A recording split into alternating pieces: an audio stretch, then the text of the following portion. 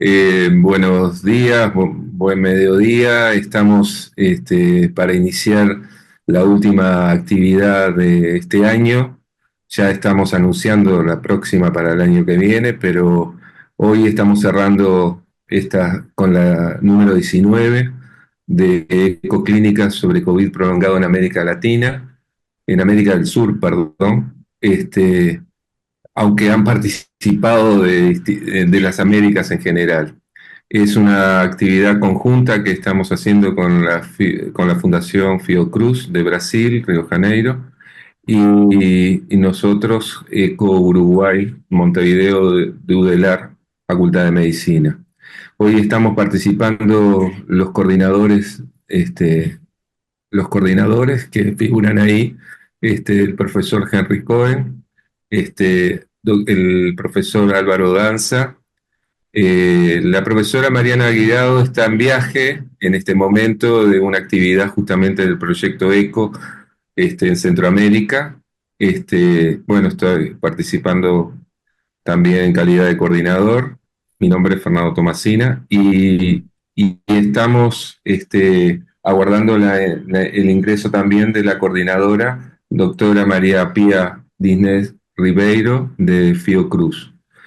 Hoy la idea de esta sesión es una sesión que no tiene un tema específico, es hablar sobre el COVID prolongado en esta instancia, es el intercambio de las experiencias a la fecha. Ya está, veo que está María Pía, bienvenida. La sesión como tal va a ser de intercambio. Recuerde mantener la cámara encendida y el micrófono inhabilitado. Si no tiene la palabra, la actividad cuenta y hemos tenido durante todo este año traducción simultánea español-portugués, lo que ha facilitado el intercambio de los distintos grupos participantes. Acuérdese que tiene la opción de seleccionar su idioma en el menú inferior y que para solicitar la palabra debe utilizar el icono de justamente que está debajo de la pantalla y solicitar la palabra en forma ordenada. Como mencionábamos, es una sesión especial que estamos cerrando el ciclo 2024. La idea es el intercambio de las experiencias a la fecha.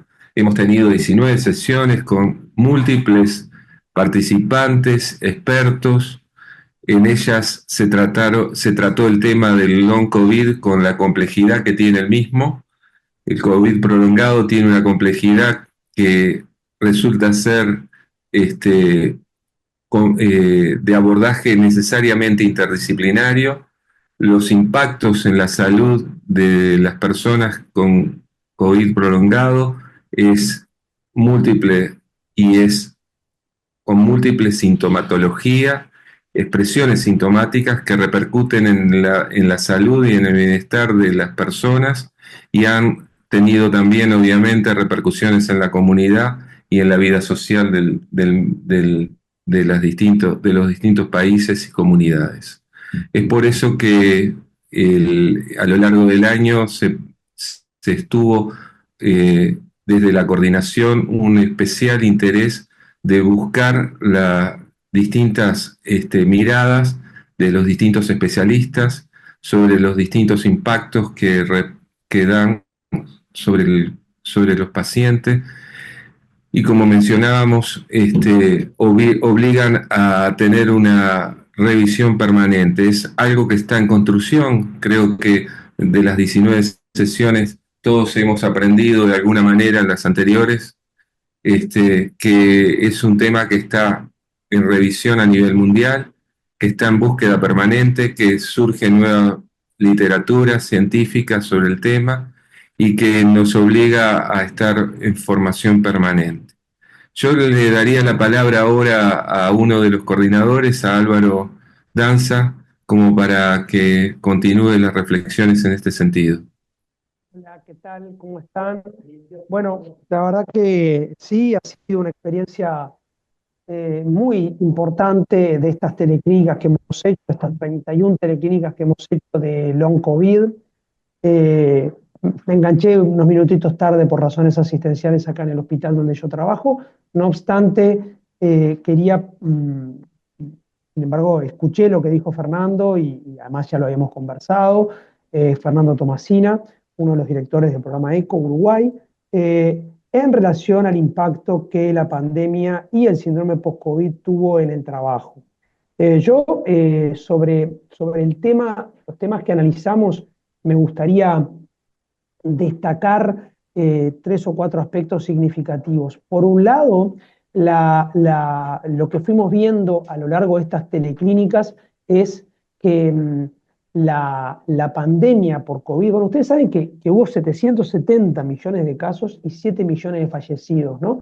1% de los pacientes que tuvieron COVID fallecieron, 0,9 a nivel mundial, con variaciones naturalmente, en fin, dependiendo la zona y demás.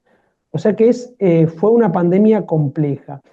Pero hay un porcentaje importante, aproximadamente 7% de los que tuvieron COVID, que quedaron con síntomas diversos y con diversas afectaciones en esa cuestión que es el post-COVID. Y una de las cosas que quería enfatizar es que el post-COVID como tal ha tenido definiciones que han ido cambiando, que han sido un poco variables, pero que esquemáticamente, en una publicación de New England Journal of Medicine el 7 de noviembre del año 2024, se resume que es el conjunto de signos y síntomas que el paciente tiene en los 3 meses subsiguientes a haber tenido COVID. Nosotros tomamos ciertamente una definición amplia de post-COVID y entendimos que había un conjunto de manifestaciones que podían englobarse en el post-COVID independientemente del periodo estricto de tiempo. Pero entonces, cuando analizamos las manifestaciones clínicas del post-COVID en todas estas teleclínicas, siempre nos enfrentamos a la realidad de que las manifestaciones clínicas del post-COVID tenían un cierto nivel de superposición con las manifestaciones clínicas que aparecen luego de cualquier infección grave que requiere terapia intensiva o de cualquier infección viral. Pero también observamos que muchos pacientes que tenían síndrome post-COVID no habían pasado por terapia intensiva. Es decir, que hay muchos elementos que nos orientan a que realmente el síndrome post-COVID es una eventualidad que existe y que existe independientemente de la gravedad que haya tenido el COVID agudo que tuvo el paciente. Ergo, por un lado me gusta enfatizar o me interesa enfatizar que la definición estrictamente temporal ha ido variando y es un poco imprecisa, y por otro lado quiero decir que las manifestaciones exceden claramente a la gravedad que tuvo el paciente durante el proceso de COVID agudo. Por otro lado, vimos numerosas manifestaciones y así tuvimos varias intervenciones de colegas neurólogos, colegas neumonólogos, colegas infectólogos, colegas de distintas ciudadanías, brasileños, panameños, uruguayos, argentinos, colegas que se dedican a enfermedades autoinmunes y vimos distintas manifestaciones clínicas con algunos denominadores comunes, denominador común del síndrome de fatiga crónica, el síndrome de agotamiento intelectual o de dificultad en la concentración, el smog, el fenómeno de la disnea y la fatigabilidad, como denominadores comunes y otras manifestaciones un poco más específicas que cada uno de los especialistas fue abordando en las distintas presentaciones que hizo. Por otro lado, y no menor, también vimos que buena parte de las manifestaciones post-COVID se asociaron a la primera ola de COVID, pero que también se vieron en cierta parte atenuadas por las vacunas. Esto quiere decir que las vacunas tuvieron un rol significativo en la disminución de la gravedad del COVID, que tuvieron un rol significativo en la disminución de la transmisibilidad del COVID, porque al haber menos casos, menos graves, la enfermedad se transmitió menos, y también vimos que las vacunas disminuyeron la gravedad, la transmisibilidad y por lo tanto también disminuyeron efectivamente las manifestaciones post-COVID, ergo las vacunas fueron indudablemente efectivas para esta enfermedad tan severa. Y la otra cuestión que me interesa enfatizar es que también observamos manifestaciones post-COVID en niños, si bien la infección y las manifestaciones más severas del COVID se concentraron en los adultos, es importante tener en cuenta y recordar que hubo COVID en niños, hubo algunos casos graves, afortunadamente la excepción, a diferencia de lo que pasa con otras infecciones virales, que los casos más graves se concentran en los niños, concretamente la influenza, por ejemplo, sin perjuicio de otros grupos poblacionales de riesgo. En este caso hubo pocos, pero manifestaciones post-COVID también en niños hubo, de diversa entidad, porque los niños tuvieron también repercusiones psicológicas significativas como consecuencia del aislamiento, como consecuencia de no poder concurrir a la escuela, como concurrencia de poder dejar de ver a sus contactos y como consecuencia de el exceso de informática y pantallas que tuvieron que afrontar durante la pandemia por la infección de SARS-CoV-2. Entonces, estos serían algunos de los mensajes claves que nos han dejado estas teleclínicas. Por un lado, lo que refiere a esta definición imprecisa y elástica, pero también bastante abarcativa de distintas manifestaciones, que tiene puntos en común con otras enfermedades, pero que tiene puntos distintivos del COVID. Por otro lado, las diversas manifestaciones que hubo en distintos grupos poblacionales, que excedió a las manifestaciones graves, el impacto significativo de las vacunas y la morbilidad que dio en diversos aspectos. Y por ahora, en esta intervención la dejo por acá, pero quería de una manera sintética recordar y hacer énfasis en las diversas manifestaciones que fuimos abordando a través de estas 31 sesiones, esta es la 32ª, 31 sesiones que hemos tenido en este periodo que hemos abordado estas teleclínicas. Muchas gracias. Le dejo la palabra a María Pía, no sé si ella quiere hacer un comentario, o a Fernando, o al profesor Henry Cohen. Muchas gracias. Bueno, fueron muy claras las explicaciones que daba el profesor Danza sobre el tema de la complejidad, justamente que hablábamos al inicio del COVID como tal y el COVID prolongado en particular. Sin duda, un tema que desde mi área de formación y especialidad de la salud ocupacional nos preocupa es el impacto que ha tenido en el mundo del trabajo este, para muchos trabajadores.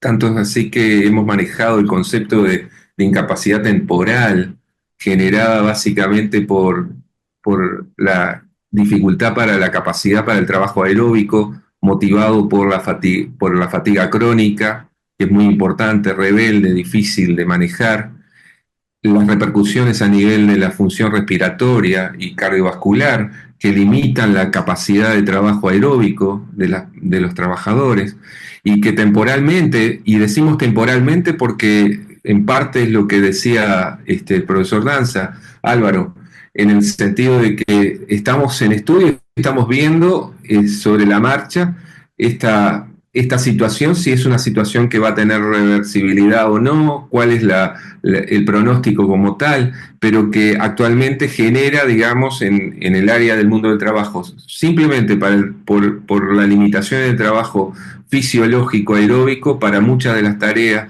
que hay una alta exigencia, una gran carga de trabajo fisiológico, en ellos una limitación temporal por lo menos, no sabemos si es permanente o definitiva como tal, para muchas de las tareas en donde el gasto cardíaco, el gasto, la función respiratoria son básicas, centrales para sostener una actividad con alta demanda energética. Pero por otro lado, ha repercutido también en otros tipos de trabajo. Mencionaba la niebla, el smog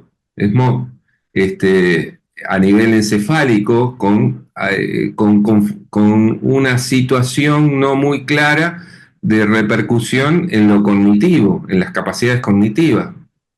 Y también pensamos que puedan ser temporales, pero no sabemos si esto no está repercutiendo en forma definitiva sobre la salud de estos trabajadores. Y ahí estamos hablando ya de trabajadores, ya no de alta carga física, digamos, como tal, sino en otro tipo de actividades en donde lo cognitivo es central y cumple una función prioritaria para la aptitud para la tarea.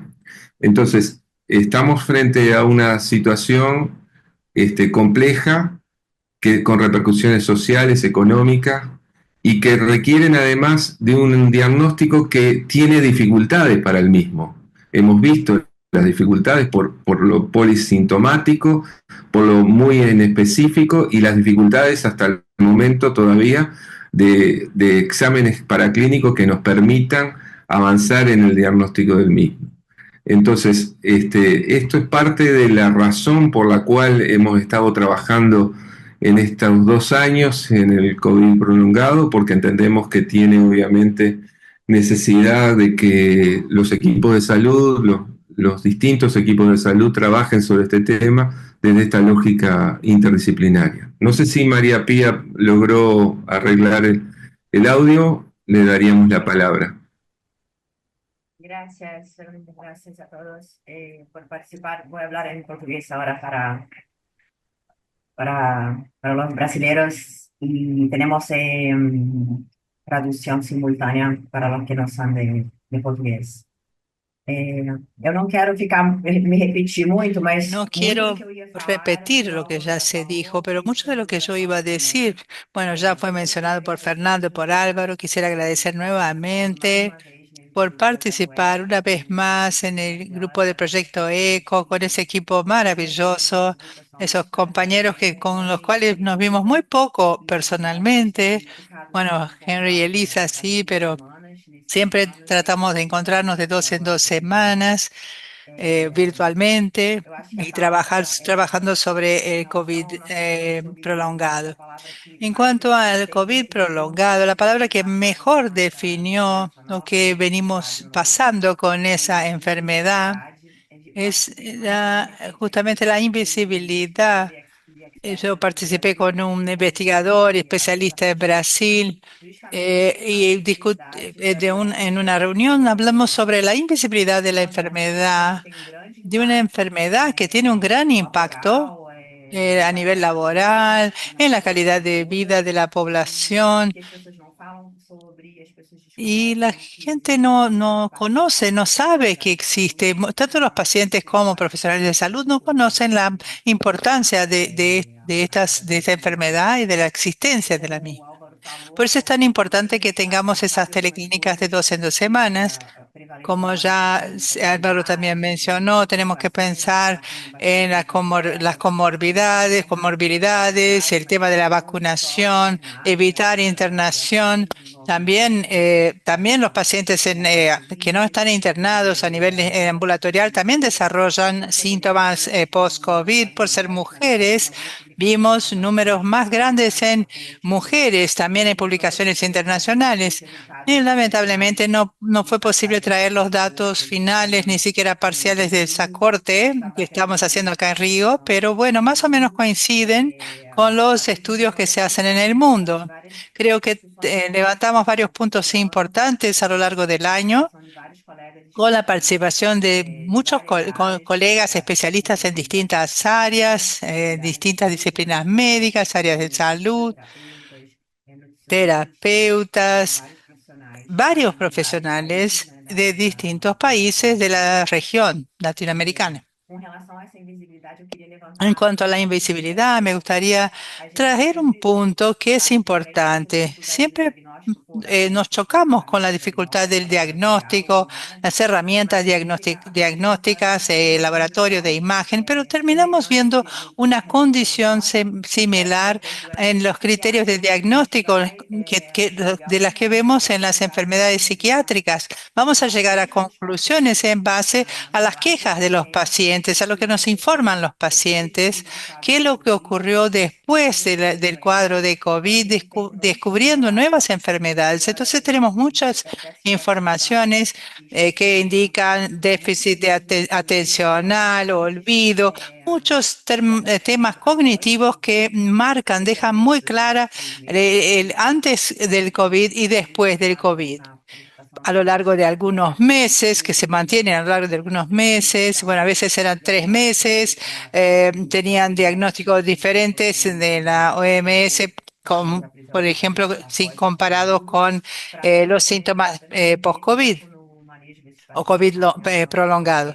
para no perder tiempo al atender esos pacientes, ellos ya desarrollan eso tempranamente.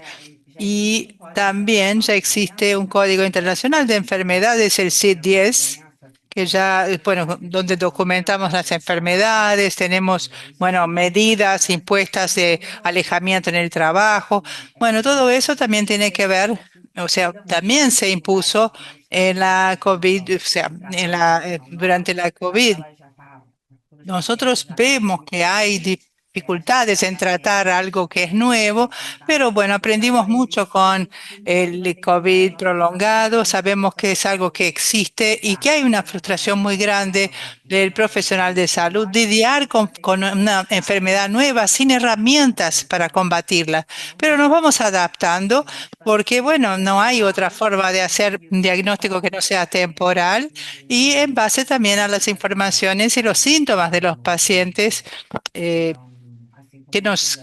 bueno, nos llegan. Hay muchas enfermedades psiquiátricas que tienen más o menos ese mismo cuadro. No tenemos un test, no tenemos un estudio específico. Tenemos que lidiar con eso, la diversidad de presentaciones, toda la parte, a veces con efectos neurológicos, reumatológicos, respiratorios.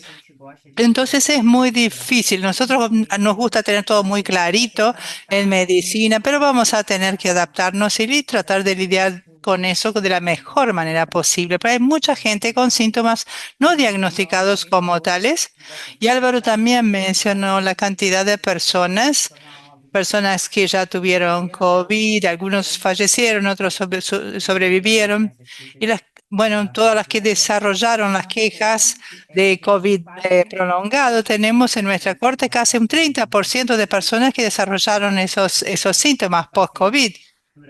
Tenemos seguimos como más de 70 pacientes a lo largo de 2 años, todavía no terminamos, pero en un análisis parcial muy superficial logramos ver que casi un tercio de esa población que tuvo COVID desarrolló, bueno, la población que obviamente fue evaluada por nosotros. Es un número muy grande. Bueno, entonces claro que tenemos que analizar los sesgos de toda esa selección, pero para nuestra población es algo muy grande, son 20%. Y eso muestra que es realmente muy invisible, porque si tiene tanta prevalencia, ¿por qué no hablamos más sobre eso? ¿Por qué no escuchamos más sobre eso? Bueno, un poco repetitiva, pero quisiera agradecerles a todos y bueno, estoy a disposición para que todo lo que podamos aportar junto con el profesor Henry. Muchas gracias. Tal vez sea el momento apropiado de ver si alguno de nuestros permanentes colaboradores durante todo el año quieren hacer algún comentario, hacer alguna pregunta, referirse a este tema de los que están conectados hoy, ya sea que levanten la mano o que escriban algún comentario. Bueno, si no, bueno, siendo la última del año la podemos hacer más cortita y ya pensar en el futuro. Eh, Indudablemente el COVID prolongado sigue siendo un problema. Por suerte, parecería que hay menos casos con las nuevas cepas y porque hay muchos pacientes vacunados y también probablemente tratados con medicación durante el periodo que tienen la enfermedad aguda, pero sigue siendo un problema de diagnóstico. Todavía no tenemos un marcador específico que nos permita decir, este paciente sí tiene esta enfermedad. Por lo tanto, sigue estando subdiagnosticada en todo el mundo y es una problemática en la cual debemos seguir trabajando. Un poco por deformación profesional, yo creo que uno de los temas que tenemos que seguir trabajando es cuál es la importancia de la microbiota en la determinación de esta enfermedad, que seguramente es muy importante y que por allí va a poder la determinación de la múltiple microbiota, porque no solo la intestinal, aunque sea la más importante, la que influye, sino también la de la nariz, la de la cavidad oral, la de los pulmones. Todo esto, interacción entre ellas, además, va a ser muy importante seguir trabajando, además de los múltiples temas que ya consideraron mis compañeros. Empezaremos el año, ya les avisaremos, con un calendario pronto, para empezar el año 2025 siguiendo profundizando con este tema, invitando colegas de todo el mundo que tienen cosas para investigaciones o aportes provocativos sobre el tema.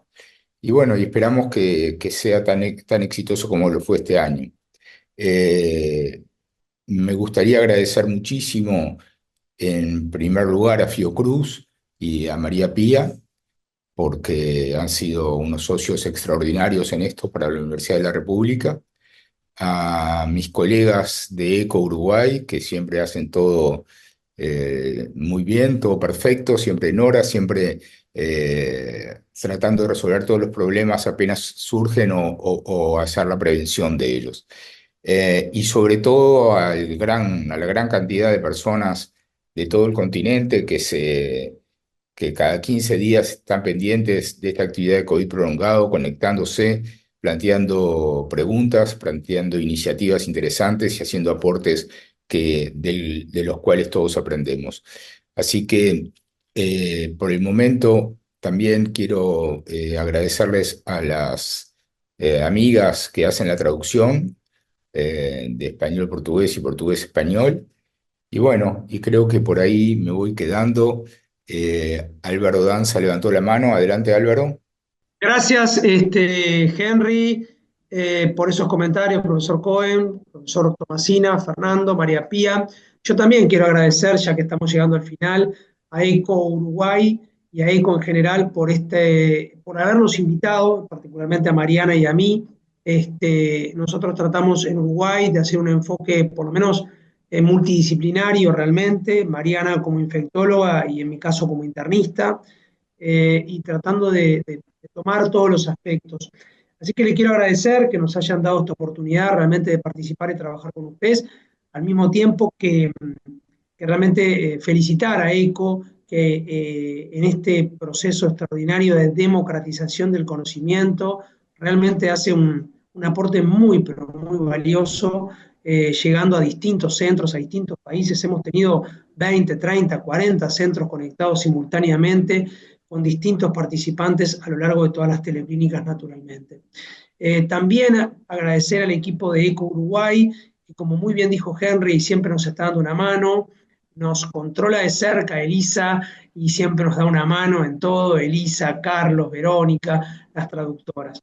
A María Pía también ha sido un honor, quiero decirle la verdad que nos quedó pendiente visitarla a Río de Janeiro, eso con Mariana quedamos esperando ahí la invitación, pero seguramente Es buena época ahora.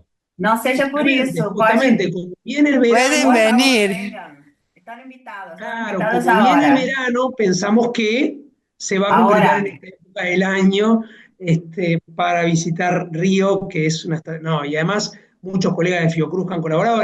La colaboración Universidad de la República Fiocruz trasciende el proyecto ECO y es muy importante, muy valiosa, muy potente para la Universidad de la República, para la Facultad de Medicina y lo agradecemos públicamente. Así que bueno, me queda ese agradecimiento a Mariana, que no sé, evidentemente hoy no se pudo conectar. Mariana Guirao, un valor excepcional, como ya sabemos, siempre atenta a todo y además una persona extremadamente valiosa. Así que un agradecimiento enorme y a los compañeros que nos consideraron para esto. Un abrazo muy grande y muchas gracias, Henry, Fernando, profesores Cohen, Tomasina. Todavía me resulta raro que me digan profesor Danza, no sé a quién le están hablando, parece que le están hablando a un familiar mío, pero bueno, no es a mí. Muchas gracias realmente por todo el apoyo en este periodo tan valioso. Álvaro, yo te agradezco el agradecimiento, pero vos y Mariana son parte de ECO, son la esencia de ECO. De hecho, hace mucho tiempo que están trabajando con nosotros y están permanentemente trabajando con nosotros. Así que para mí, y no es una posición para decir así públicamente, sino porque es así verdaderamente, y Fernando me hace que sí con la cabeza, ustedes son la parte esencial de ECO y bueno, así que te tomo el agradecimiento, pero es como agradecerte a ti mismo. Así que, bueno, ¿hay alguien Muchas más? gracias, sinceramente. Verónica, no. Bueno, entonces, feliz año para todos, mucha salud y que estemos juntos un año más. Gracias. Gran abrazo para todos. Muchísimas gracias. Obrigada Bye pela bye. participação.